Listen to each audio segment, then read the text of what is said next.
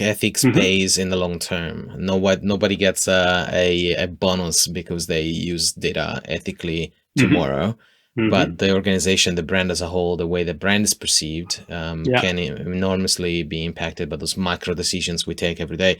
Which kind of like, I want to dive into that, because imagine that now we're looking at a company that has, a marketing function, and now the business understands the importance of this long term. They're not in the game of exploiting their relationships that make up Hmm. their business. They want to Hmm. protect them. They want to nurture them and eventually, convert them when and if that conversion is supposed to happen, Hmm. without Yeah. forcing anyone to do anything. So if that's the vibe in the organization, and we're looking at the marketing function, what do we need as data leaders? What kind of initiatives can we take to ensure that people across the organization understand the impact? People have learned through education, through a slap on on the wrist, that there are some certain things that shouldn't be done. Why would it be different in marketing? We're going to learn over time what is acceptable or not.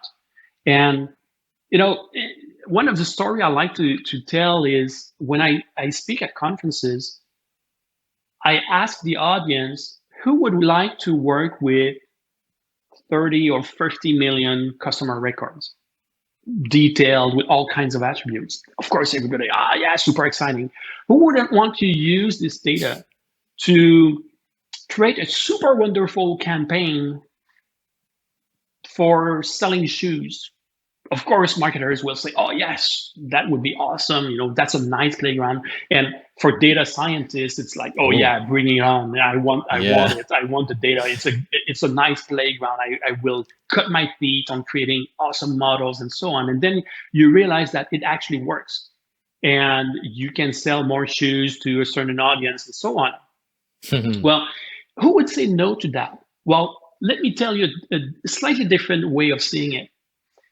Cambridge Analytica, they had smart data scientists who were able to create awesome models, and they did marketing, and it was super efficient, and it was well targeted, and it was successful and everything. It's just that instead of selling shoes, they were selling an election. And who wouldn't want to do that, right? That's the way it works. So what was the real problem with Cambridge Analytica? Is it how they got the data? Well, they cheated a little bit here and there, but it was not illegal at the time. Is it because they had smart data scientists? No, absolutely not. Like who wouldn't want to have a team of data scientists with the right expertise? They had the right amount of data, they did marketing campaigns, it worked. So what was the problem? The problem is people found out about it. Propaganda is not an issue until people realize that they were the victim of propaganda. Mm. So what is the where is the tipping point between doing marketing and doing manipulation, deceit, and propaganda? That limit, that's the ethical question, is where's the limit? Where How far can I go and be justified and perfectly legitimate to do it from a marketing standpoint? Because obviously nobody wakes up in the morning and say, "Oh, I'm gonna really exploit people."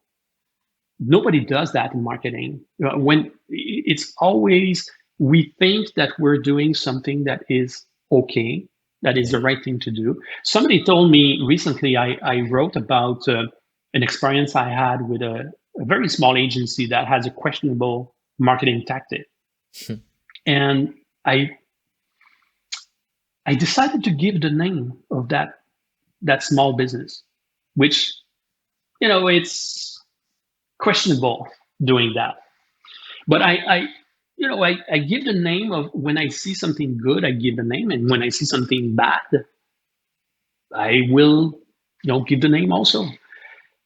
And the thing is, if you, as a marketer, I think the easiest ethical question is, if somebody finds out about your marketing tactics and talked about it publicly, are you going to be ashamed of it? If the answer is yes, don't do it, right? If you're ashamed of your marketing tactics going public, it's not a good marketing tactic.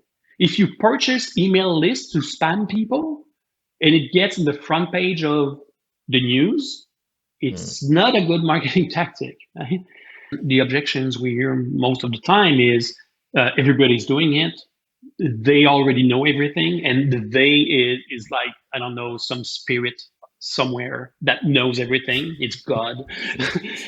Or I have nothing to hide. From a customer standpoint, I hear that very often. Oh, I have nothing to hide. And I did Mm. it a few days ago. Someone who said, I have nothing to hide. It took me 20 minutes. And I sent him a personal message saying, well, you live at this address. Here's a picture of your house. I know you live with that person. You And did not. all of that Wow. information was public.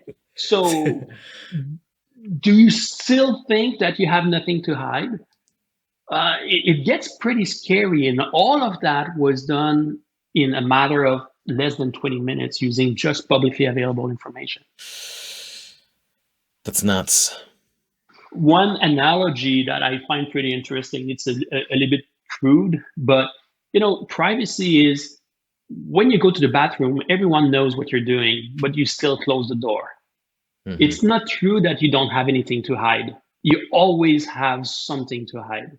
So, you know, it's impossible that everything can be disclosed publicly for whoever. And the worst is obviously like people harvesting this data and making money out of it without your knowledge, without your control, without your consent. That's probably the worst thing that can happen.